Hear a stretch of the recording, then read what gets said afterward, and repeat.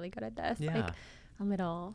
Yeah, let's do that 3-part breath. Okay. So it's going to be a big deep breath in, and then once you're up at the top, it's an extra sip in, and then we're going to do that physiological sigh out. So I'll show you right now. It's going to be deep breath in,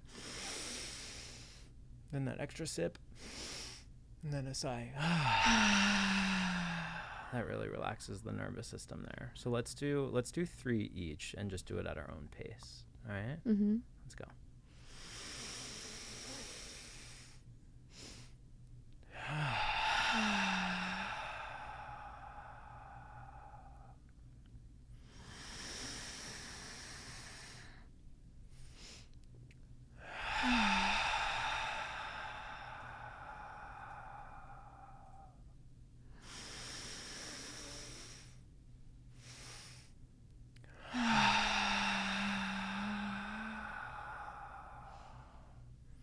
And we can do an om together too. That'll tune us on the same frequency here. Okay, so I'll lead us. We'll do a deep breath in together. And then once I start oming, follow along with me. Okay, deep breath in.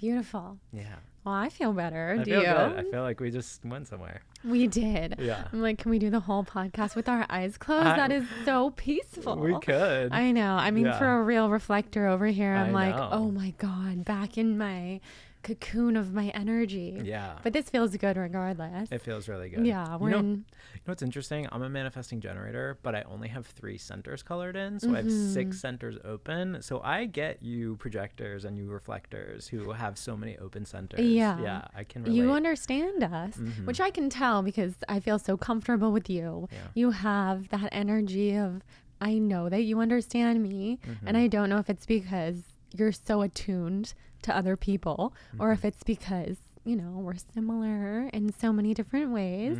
I think it's a little bit of both. I think it's a little bit of both. Absolutely. I think we share some similar patterns, some similar energies, archetypes.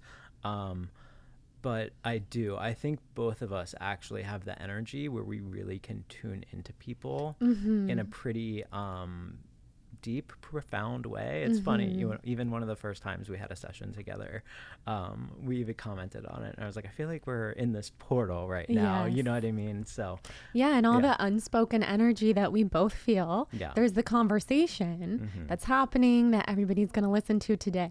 And hi everybody. Hi, everyone. And there's an unspoken telepathic conversation. Yes. I love being with people like that because I'm feeling that stuff all the time with everyone. But I know that you're feeling it too, because I feel like our eye contact is a whole different story. And it's like, there's so much going on. It's interesting because I feel like you and I are almost having 2 different conversations, like one actual verbal conversation here in the present, but then we're also having like another almost like telepathic psychic level conversation, because I think again we both carry those same patterns, energies, and archetypes in our blueprint, you know. We do. And we can get into what that is and why we both carry those things. But before we do, I want to take a second to introduce you to our Soul on Fire audience. Amazing. I've been doing some one-on-one coaching with you that has already been life-changing.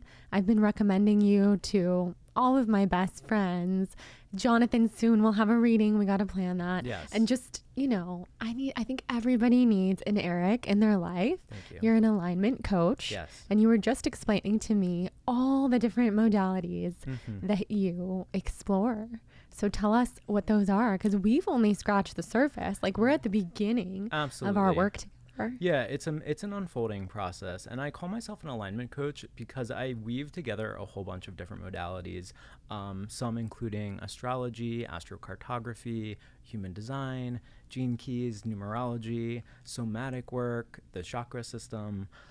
It's been a whole synthesis of my whole journey and my whole journey of education and learning, weaving it all together to help people understand their own unique blueprint, their own unique operating manual, so they can then find alignment in their life in a whole variety of different areas. That could be life purpose, general understanding of your blueprint. It can be business, work, money, relationships are another really big factor of my business. I really help people understand relational dynamics, and that can be business partners, that can be romantic partners, families, parents, all types of things like that.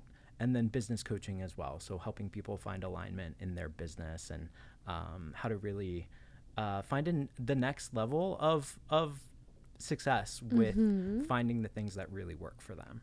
So, I love it. Yeah. You're so good at it. I feel like you were born for this. You're living your authentic blueprint. That's for sure. And I'm so curious because we haven't really talked about this before. Because usually when we're together, we're talking about me because you've been coaching me. I want to know all about you today. Yeah. I want to know how you got into this work. And first, I want to know about your childhood. Okay. Were you into spiritual things? Were you, like, what kind of kid were you? You know what's really funny? I was an extremely curious kid. I remember some of my earliest memories are asking my parents like just a series of questions and having them be like, oh my God, I can't answer all of these questions, you know? And that led to me being a really big reader as a kid. I read all the time. That was like my passion, my joy. I also like loved exploring different types of modalities. I collected a lot of things. I was just very curious. I wanted to learn, you know, what was out there in the world and how I related to it and what I was personally interested in. The reading then led to the spirituality and wanting to understand why we're here, what our purpose is. I was that kid that was reading, you know, philosophy books, spiritual books, religious books as a kid, just to understand all of the different perspectives of the things that are out there. Just to, again, I was always interested in the synthesis of all of these different ideas and all of these different philosophies to gain a clear kind of wide perspective on it. Yeah. That's amazing. Yeah. And were your parents into this kind of stuff or not really? Somewhat, you know, somewhat. My dad was a big reader. My mom was a big reader, but I definitely was, I was definitely kind of the only one that was interested in spirituality, philosophy, religion, and then some of these other kind of more esoteric modalities. But as we discussed, you know, and what I came to know later is that I'm a Sagittarius South Node, which means I'm coming from the energy of being the explorer, the one that wants to learn and kind of understand the world around them. So it makes complete sense. Yeah. So I can prepare for that with Atticus because he's a Sagittarius South Node. 100%. I'm just going to ask you all the questions so I can support him in moving into his Gemini North Node throughout his life. Yes. And we'll get into all this for everyone listening who's like, what is a South Node? What is a North Node? And I definitely want you to tell them what's going on with the nodes this year, but we'll get into that. For sure. So that's how you were as a child. Were you sensitive? Were you outgoing? Like, what was your personality? Very sensitive and very shy. I was definitely an observer of people and definitely a mama's boy. You know, I definitely was like, you know, close with my mom, close with my parents, sensitive, but always had friends, like always found people to connect with. And then it's interesting, as I got older and went through school, kind of navigated different social identities and kind of had fun experimenting in that way, you know, but always then like a love of people and a love of connecting with people and a love of talking to people always kind of facilitated that. Yeah. Cool. Yeah. And then when you started to grow up, what were your, like, what did you think your career path was going to be, or what did you study in school, and like, what jobs have you had? You know, it's so interesting. I was always interested in, you know, esoteric things, philosophy, religion, spirituality, but I never really viewed it as like a viable career path because again, where I grew up and you know, just my other family members, immediate family members, nobody else was really doing that. So it wasn't something that I ever thought would be like my career path. Yeah. You know, I grew up on the East Coast, right around Washington, D.C., and you know, I was like, okay, I'm going to do the big 3 or 4. I'm going to be a banker, a doctor, or a lawyer, and started pursuing that in college. And then after college, moved to New York and worked in finance for a couple years. Oh, wow. Yeah. I didn't know that about you. Yeah. What was that experience like? Oh, my God. It was wild. It's actually funny. I say now, I was like, why did I do that? I was like, I don't really like numbers like that. You know what I mean? Yeah. But it was interesting. It was fun to move to New York after college with all of my friends. And there were aspects of the job that I really did like. The parts of the job that I really did like was analyzing different companies who were looking for investment, understanding the founders, understanding their business model. That was really fascinating to me. Sitting at a desk and working in Microsoft Excel for 8 to 12 hours a day was not good for me or my soul. I couldn't do that for too long. So, I understand. Yeah. So how did you transition into doing something else? Yeah. So I did that for about 3 years. And then I got to the point where I was like, I can't do this anymore. And I was like, I don't even really know what I want to do because for so long, and we can talk about this later, and this relates back to my blueprint as well, is there's a big strain of like wanting to do what is like traditional or societally expected of. Mm-hmm. And even I grew up in that environment as well, you know, and so I didn't really know what other possibilities were out there. So I gave it a shot. I stuck it out, and I was like, I can't see myself doing this for the next however long the rest of my life, you know? Yeah. So I left my job. I went traveling for a little bit. I went to Israel, Italy, and Greece and traveled around for a couple months and just explored and took the time to like really decompress, and then moved to LA and really started this journey even deeper of understanding all these different modalities and diving deeper into the world of spirituality and really understanding yourself. Wow. And how long ago was that? That was 12 years ago. Oh, wow. Yeah. So for 12 years, you've kind of been on the path of being more immersed in the spiritual world. Yes. Yeah. And I've had a couple different jobs, you know, I've had a couple different jobs in different industries since then. But my main goal and what I really was pursuing was understanding this information and this knowledge and these systems. That was always my goal. And it was interesting. I really focused on that to the extent that I you know, really kind of shut out other opportunities. And you know, I got to this point in my life a couple of years ago, and I was like, okay, how am I going to use this information? How is it going to start expressing itself? And then came to realize later that, you know, everything kind of works out for a reason, and the journey is there for a reason. And that now I'm at this point where I'm kind of bringing this work wider into a wider audience, and you know, the journey and the path really makes sense and comes together. Yeah. You know? Absolutely. It always does. Yeah. And how do you feel like it did for you? Like, how do you feel like it ended up making sense that now you're speaking to a wider audience? You just started your Instagram, I saw, or at least your business Instagram. Yeah. I've been doing this work with clients for a while, but I've been doing it a little bit more on the private side and a little bit more under the radar. But that's part of what you just asked is I also intuitively knew that I had to go through this journey. I had to learn. I wanted to feel confident, because this is pretty powerful information, and it's information that can really affect people's lives and change the course of their lives. So I had to go even through my own process of growth and development and understanding, so that I then really felt the work that I was doing with people was in a certain level of integrity. Yeah. You know? That's true. Yeah. And I definitely trust the teachers and the guides and the coaches who've been through their own process. Yeah. Which I feel like I'm in now. So I definitely understand. Yeah. And now you're an alignment coach helping so many people. Yeah. So of all the modalities that you mentioned, Yeah. from astrology to gene keys to everything else, do you have a favorite? Ooh, good question. I don't know if I would say I have a favorite. I think the one that I have personally gained the most benefit from, and that I think when I work with people, can apply in a way that is potentially the most helpful, is astrology.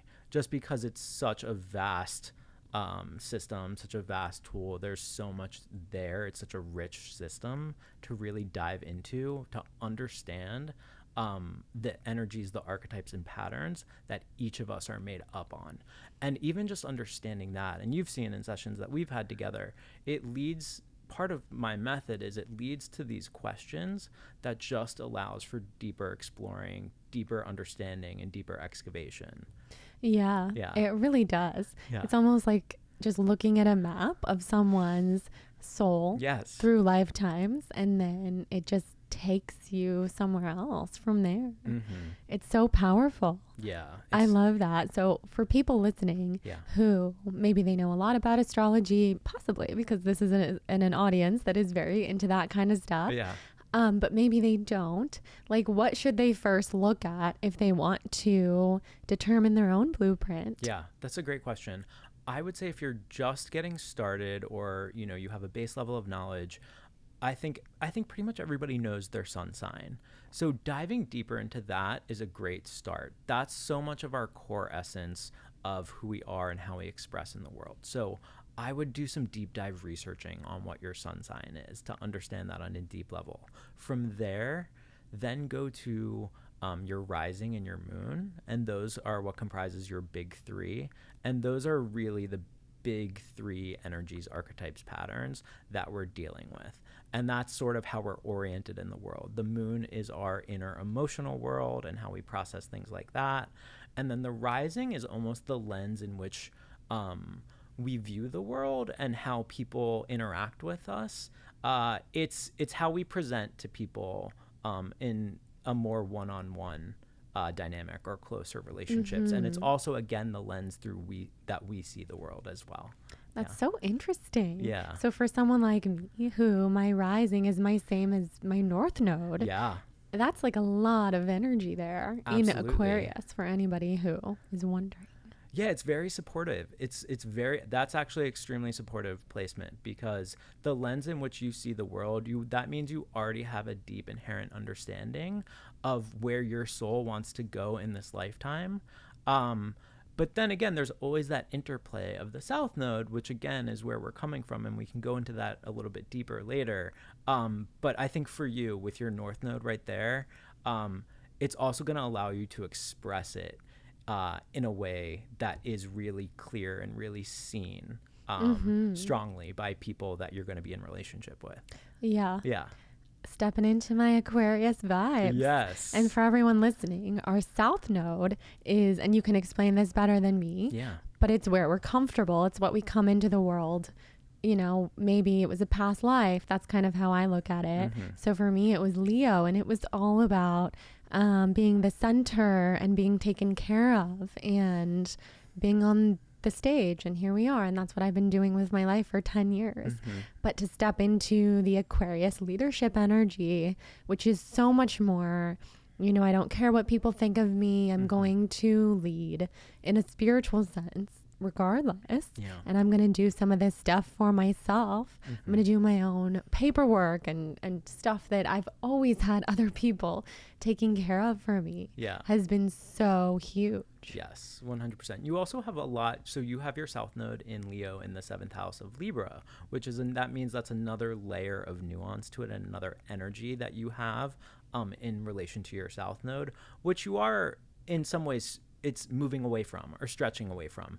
Like we've talked about, they still are inherent gifts that you have that you get to use in this lifetime, but you also have a lot of Libra placements in your chart as well. So that can make it even more a little bit difficult to go on that path of the North Node, which is stretching outside of our comfort zone there. Yeah. It's hard. Yeah. It is not easy. And so everybody listening, you're a Gemini North Node. Yes. What's that journey been like for you? It's been a really interesting journey. The Sagittarius South Node, there's definitely a strain in me that loves to just explore and kind of be on my own path and my own journey. It's almost the archetype of like the lone wanderer, almost like the lone monk who's like in the monastery learning and those types of things. And I definitely have felt that in my life. Like I've turned down many a social opportunity in my past to be like, no, I need to learn. I need to read. I need to study. I need to understand why we're here, the secrets of the universe, you know? So I definitely relate to that archetype, but I've also, Gemini on the flip side of that, Gemini is about being in community and it's about being in conversation with people and understanding different perspectives. So I've really seen the importance of that and how important community is and connecting with other people and understanding that every person has their own wisdom, their own truth to share with the group. And that's some of the real nugget, the real wisdom in that Gemini North Node there. Yeah. Well, it's so important for the work that you do because you're seeing everyone's special code and seeing how every single person's perspective is so important and so different. Yes. That's exactly it. And you know, the Sagittarius South Node can be someone that tends to be like, this is the truth and this is how life works and this is my philosophy. Sort of dogmatic in a way. And again, moving away from that and where it's also in service to everybody, like you said, and the clients that I work with is understanding that everybody has their unique genius, their unique magic, their unique gifts, and helping people really find it and see it. And that actually really brings me so much joy to do. I can tell. You're very good at it. Thank you. And then the gene keys. Yeah. Tell us about that. It's something I've wanted to talk about on the podcast for so long. Yeah. The gene keys are fascinating. So the gene keys are an offshoot of human design. So Ra Uru, who was the founder of human design, and he channeled this whole system in that encompasses so many other systems like the I Ching and Kabbalah and the chakras and everything like that. Richard Rudd, who is the founder of the gene keys, also had his own transmission of this work that he is calling the gene keys. And it's sort of an assimilation of all of the gates in human design, which are also related to the I Ching. So it's gates 1 through 64. And it's this really deep, fascinating esoteric system that he built on top of, where each line in the I Ching is associated with a specific gene, and each gene key is connected to another one in a very specific way, and they're connected to different aspects of our bodies and how our bodies work. And each gene key has such an interesting sort of lesson in it. Like he frames it as the shadow, the gift, and the city, which is almost like the enlightened expression of the gene key. So we all have, we're all comprised of 4 main gene keys, which are comprised of our incarnation cross from human design. Oh yeah. Yeah, and they're fascinating. There's a few hundred different ones, and everybody has such a unique one. I sort of describe it to people as, you know, let's say the North Node and the South Node are sort of like a soul purpose. I think that's a really great way to view it. The incarnation cross is like a life theme. It's like a theme that we encounter throughout life, or some energies that we're going to be working with throughout our life. And Jordan, you have a really fascinating one I've actually never seen anybody else have. We have to talk about it. Should we read it? Let's just get into it. Yeah. Yes. I know. I always start these episodes like, okay, let's talk about stuff that's going to be applicable to everyone. And then I'm like, but no, I need to know about me.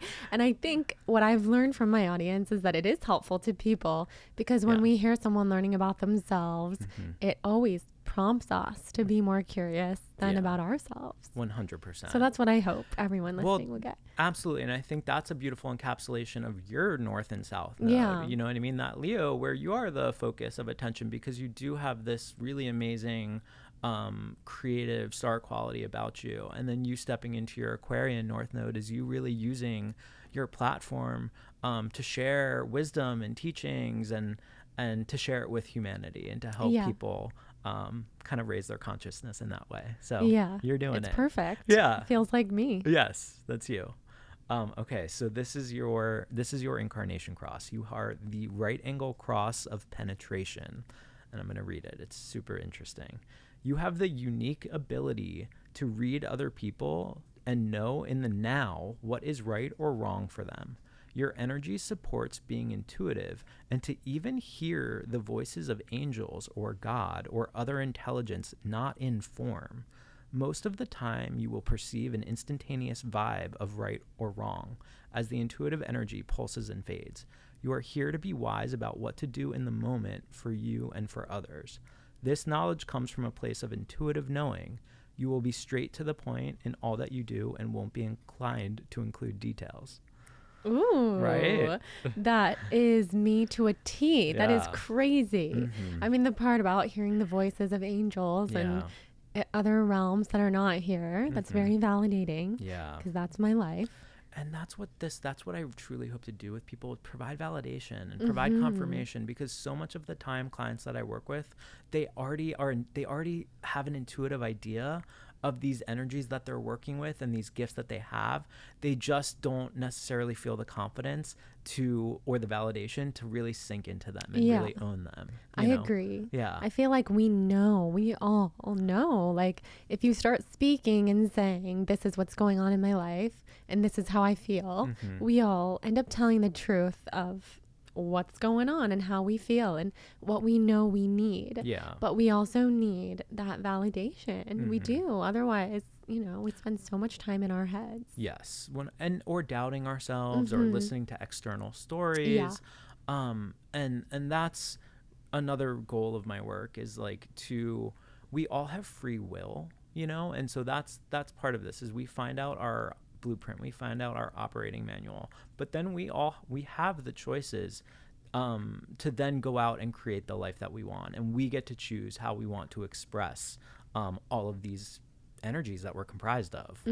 Yeah, I love it. Yes. Wow. Okay, so that's my incarnation cross. Yeah. And then there's 3 other main gene keys. Yeah. So your incarnation cross is comprised of your 4 main gene keys, which is the 57 gate, the 51, 53, and 54. Okay. So what we would do in a session is then go through each individual gene key, and that usually happens a little bit later on in working with a client, just because they're so deeply esoteric and they're beautiful information to have for a deeper level of understanding yourself. But in terms of some practicality and day to day, I usually leave that for a little bit later on. Yeah. And I'll say, I mean, for someone like myself who's so into all this stuff, the gene keys still feels like almost a foreign language. Yeah. When my friend Lily, who I told you about, describes it to me, you guys are very similar. Yeah. And she knows a lot about the gene keys. I always get lost, and usually I can follow along. I want to become, a reader of all the things, but this one I'm into it, and I'm also confused by it. So I just want to say that for everybody listening. Yeah.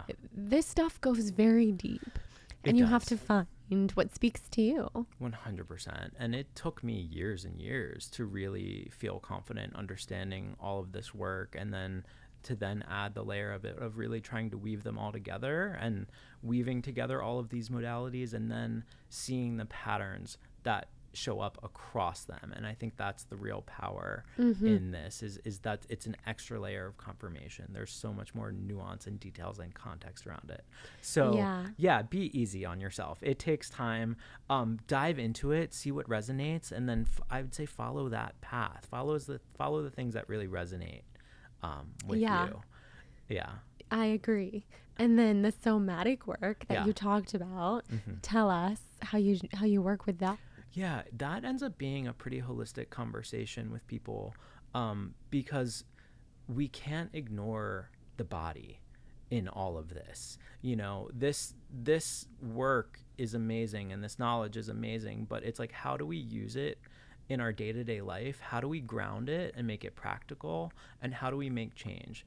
And a lot of time we have to really incorporate what that means for our bodies and how we process energies through our bodies. So I'll talk with a client and ask them, you know, where they're feeling stuck, or if they have any grounding or embodiment practices that they do to really get them present, so that they can then again synthesize this information and then align with their right path, so they feel then empowered to make the decisions, the conscious daily decisions every day, to find the life of their dreams. So it's really a holistic part of the work. And you know, we even dive into talking about the different chakras, and you know, if somebody has an indication of a wound around expression or creative expression in their chart, let's say like Chiron in Leo or Chiron in Gemini, and Chiron is indicates where you come into this life with a wound or some type of repression. I'll talk to my clients about working with the throat chakra and different mantras you can do for the throat chakra, and different practices that you can do for opening up your throat chakra. So things like that. And then even people that have indications of having some blocked emotions or repressed emotions, we'll talk about the sacral chakra, different practices for that, like ecstatic dance and different types of expression, and how you can work in things like breath work and different types of body work. So it's everything combined. It's all the things that I love. And I love that you point people toward all of that. Yeah. So for Chiron in Cancer, which is myself, and what I've learned over the years is that my audience and we have a lot of similarities. So I'm not saying we have Chiron in the same place for all of us, but a lot of people do. I get messages constantly, and I can't even tell you the amount of October 11th, 1990 reflectors who listen to this podcast. Like, it sounds crazy because it's so unique and so niche. There are at least 30 of us. Like, no, that's a lot. I love that you're bringing this up, and it shows how in tune you are with all of this. And it's something I've noticed as well, because everything in life is energy, frequency, and vibration. And so we connect with people that we resonate with, that we energetically resonate with. And so it's no surprise that your audience is comprised of people that carry similar energetic signatures to you. And it's fascinating because even other podcasts that I've gone on, or other, you know, referrals I've got, the people that come to me from those podcasts have very similar placements to those podcast hosts, or to me even, because they've resonated with what I've said or my story or whatever. And it's truly fascinating. I can't wait for you to start hearing from this audience. I can't wait. You have to report back to me. Audience. Yeah, Soul on Fire audience. We have so many of everything, really. I just had people, and I do this all the time, send in their sun, moon, and rising to me, and their human design, because I just always love to know. And there was no Libras today. Usually there's a lot. There's a lot of Aries. There was a lot of Pisces moons. I don't know. I just love paying attention to all this stuff. I'm not surprised Pisces moons resonate with you. Which is also my husband. That's all your 12th house energy and your connection to spirituality and the divine, and totally. You know, you do, and not only your incarnation cross that we just talked about, but you know, your placements in astrology as well, and your 12th house placements. Like, you have a lot of indications of those like Neptunian, Pisces energies in you. And so I'm not surprised that people with those placements resonate with you. Lots of Scorpios, triple Scorpios. I was saying, like, whoa, that is intense and amazing. But you have Scorpionic placements. I do. You have your 3 major planets in the 8th house of Scorpio. You have Pluto and Scorpio right near your midheaven there, so you give off Scorpionic vibes somewhat. You know. Must. No, I love it. I used to think, and this is no shade to any of the Scorpios, I used to think like, oh, I don't want to have a Scorpio child. Like, Scorpios are so intense. They can be so intense, for lack of a better word. And now, over the years, I've actually grown to really appreciate what Scorpios can bring. Like, the shadow that they can integrate, the depth that they have, and the way that they can see into the Yes. darkness. Yes. So I can really get along with Scorpios more than I can connect with certain people, because they're like, oh yeah, I think about death too. And like Yeah. the stuff that I'm not thinking about death all the time, but I'm thinking about eternal lifetimes. And like, Yeah. those are the conversations that I'm interested in having. Well, Scorpio and Pluto, which is Pluto is Scorpio's planetary ruler, they rule the themes of sex, death, rebirth, transformation, occult experiences, really deep, intimate relationships and situations. The only relationships I know how to have. Yeah, I mean, you have your sun in the 8th house, you have your Venus, which is that planet of relating, and your Mercury, which is how you speak and think and perceive, all in that 8th house with the undertone of Scorpio. So, Yeah. you know.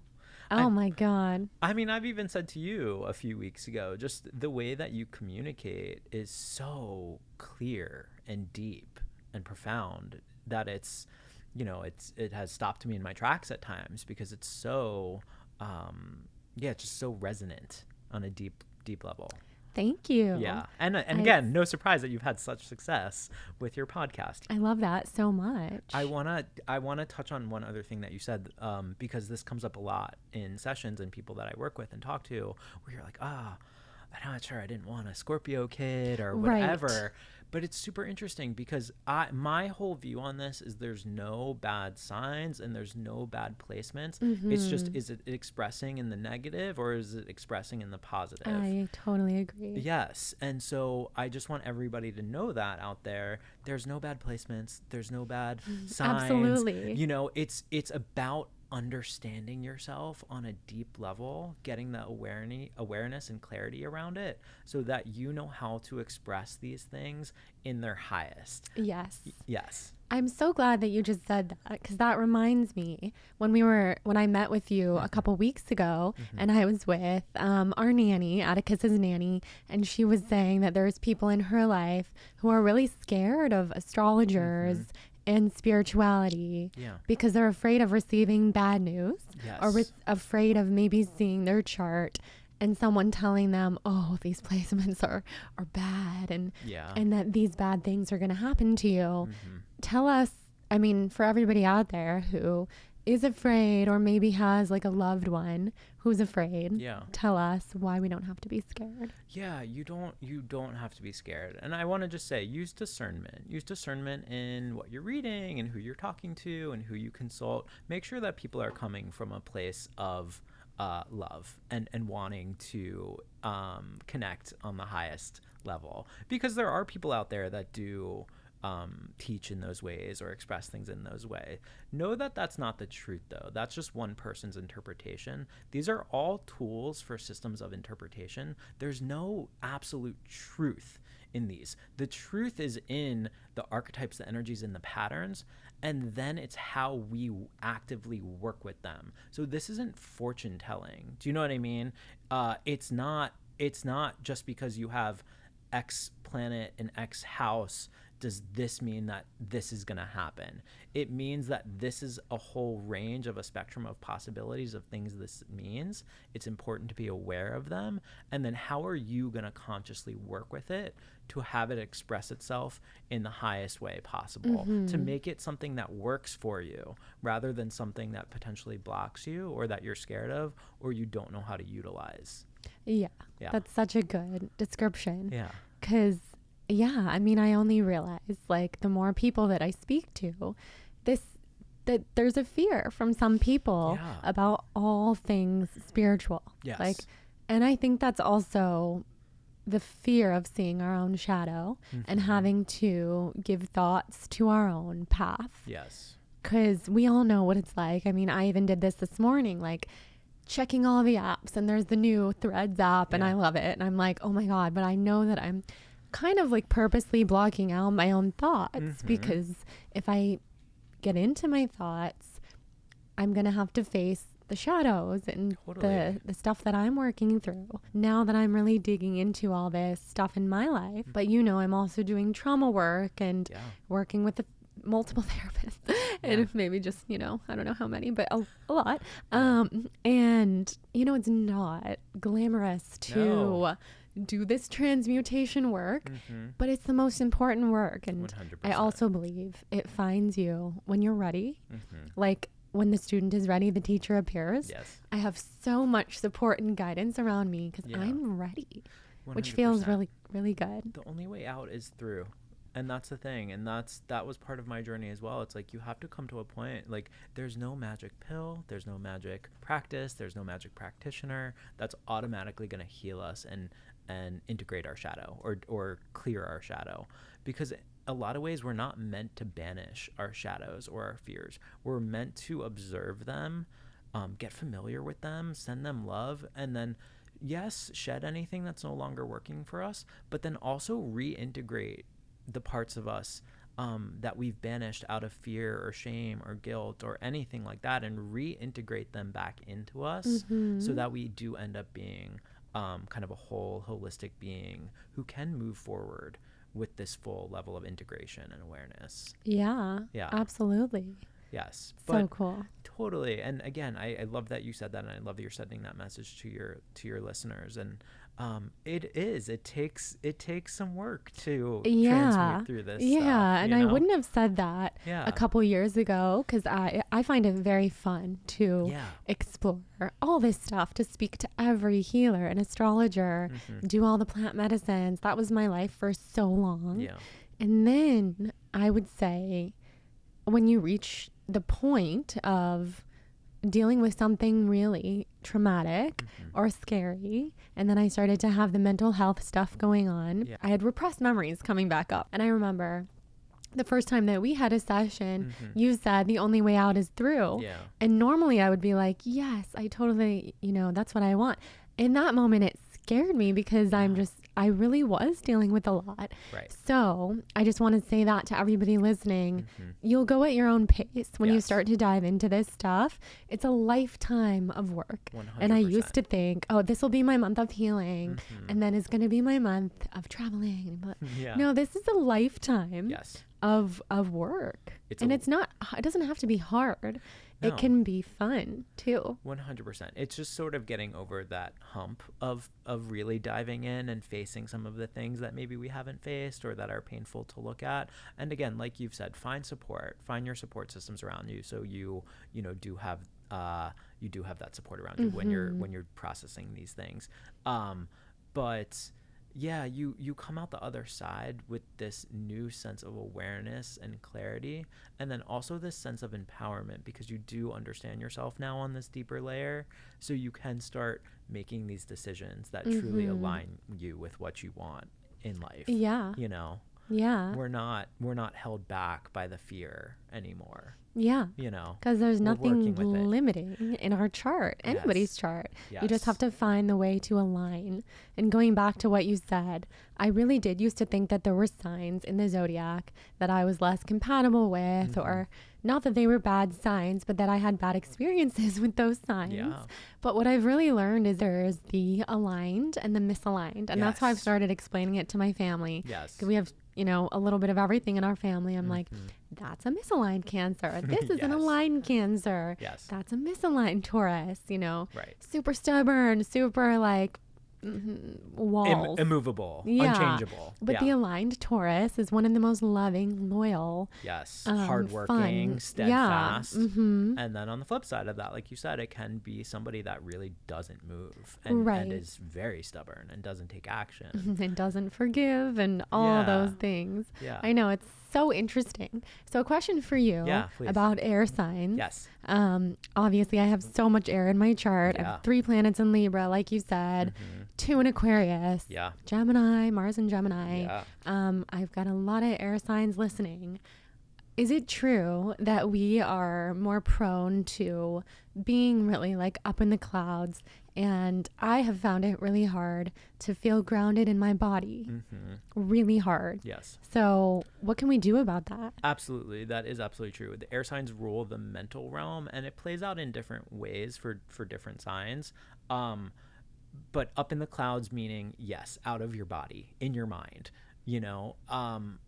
I think I always talk to my air signs and I'm like, okay, well, what stories are you telling yourselves right now? What stories are you stuck in that are looping in your mind right now?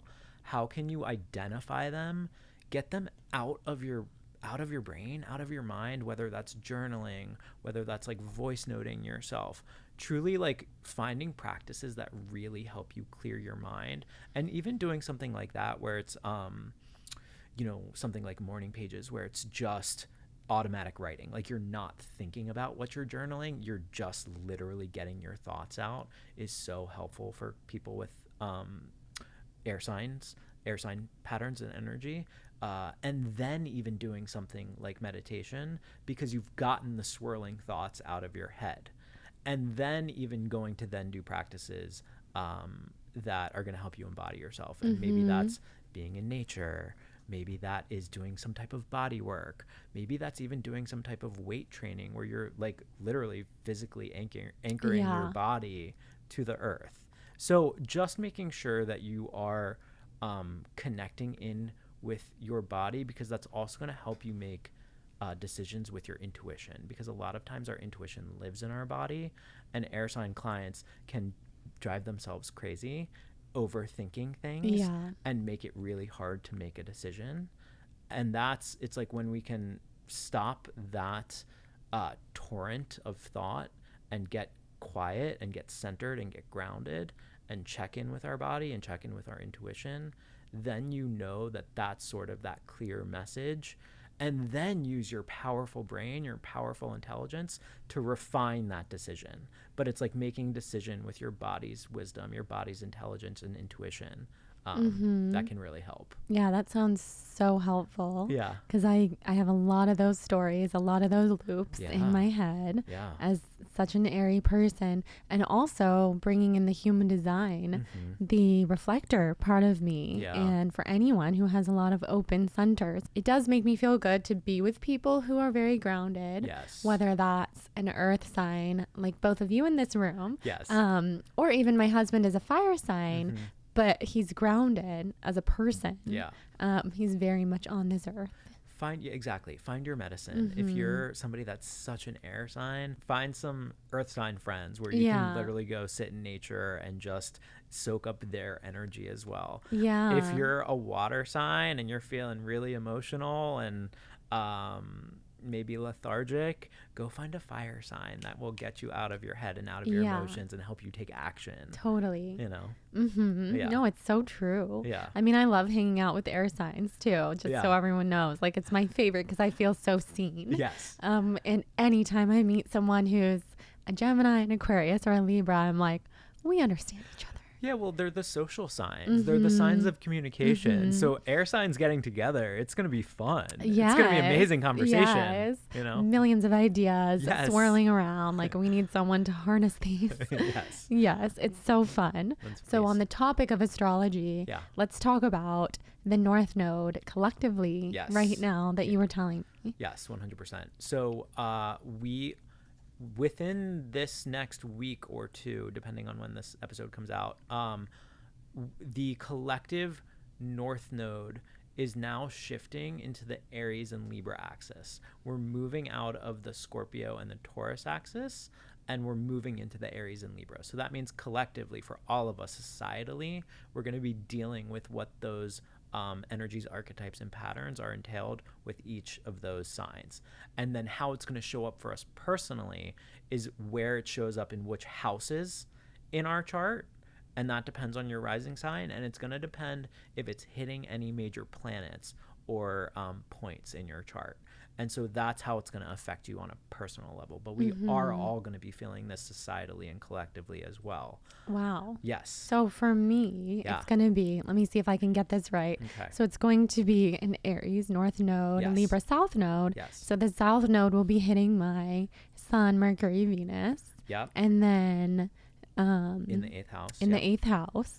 And then what about... And then the Aries North Node is going to be hitting your 2nd house, which you don't have any major planets there.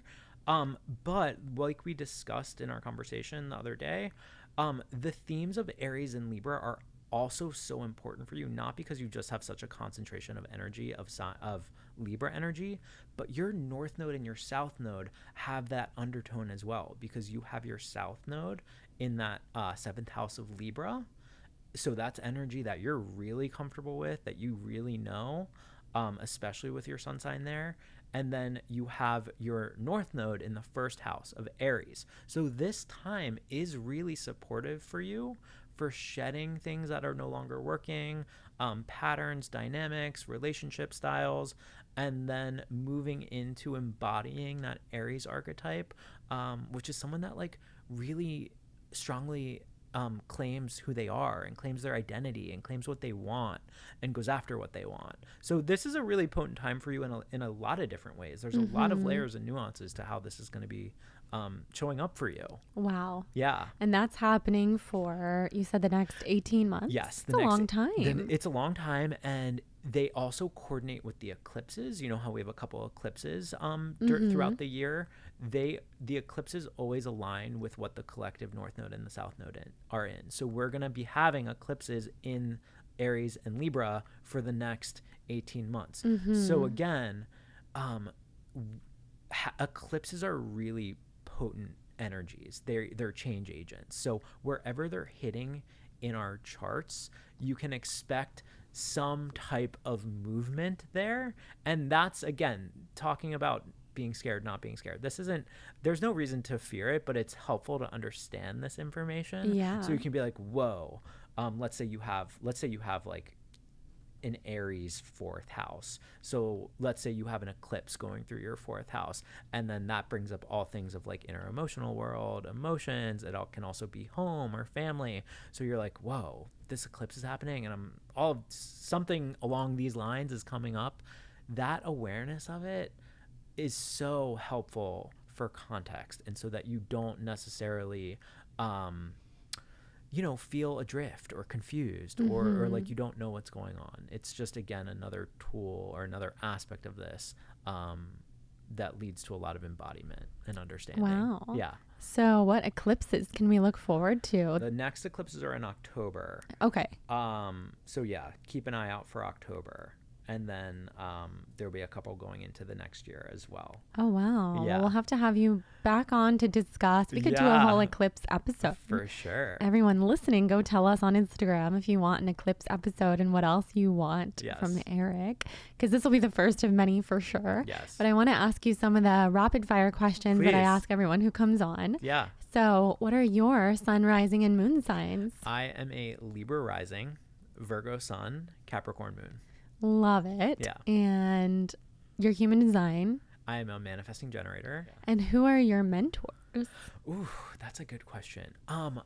Stephen Forrest is an astrologer who has been around for a very long time. He really focuses on something called evolutionary astrology, which is he really dives into the soul evolution and sort of the more deeper esoteric layers of astrology, which I've just gained an immense amount of wisdom and knowledge from. So he's definitely one of my main ones for sure. Oh, how cool. Yeah. If you could be in a room with 3 people, living or dead, who would they be? Oh my God. Put me on the spot here. I know, it's a 3 hard one. people living or dead. I don't know why. I'm just going to go with who comes to my mind. I'm going to say Albert Einstein. I'm going to say my grandma who passed, who I'd love to chat with again. And then my young cousin who also passed, who I would love to just reconnect with again. Wow. Yeah. That's a beautiful room. Yeah. Wow. Yeah. Someone else just said Albert Einstein. Really? I'm trying to remember who. Yeah. Someone who was on super recently. I love that. Yeah. And where do you see yourself in 5 years? Great question. Like I mentioned earlier, I've really decided to sort of go more public with my work and share it on a wider scale. I am in the process of making the Unlock Method digital assets so people can learn some of this information on their own and learn my method and how I weave all of these different modalities together, how they can understand their own dynamics, their relationship dynamics, business dynamics. And then I'm really excited for that to come out. And then I'd love to do a book. Yeah. Potentially even do my own podcast and interview people. So you should do all of the above. Yeah. So that's the idea coming down the line. I can see your book. I can literally visualize it with the branding that you have. Like I can see what it'll look like. Yeah. I love it. Thank you. And where can everybody find you? You can find me at The Unlock Method on Instagram. I have my contact information on there, and new website coming soon. So you can find me there as well. Yeah. And people can book with you. They can do private sessions. Yes. They can do... What else can they do? Yeah, I have a couple different options. I work with people in one-off sessions, and then I do monthly mentorships with people where we really dive deep on whatever they want to call into their life. Yeah. Wow. Yeah. Well, everybody should get on this before Eric becomes so booked that nobody can reach him, because I'm seeing that for your future. Thank you. I mean, you'll be reachable, but you will be very booked. Yeah. So while you're listening to this, get on it. Yeah. Also makes a good gift. Reach out. Yeah. Yeah, for sure. Thank you so much, Eric. Jordan, this was amazing. Thank you so much. This flew by.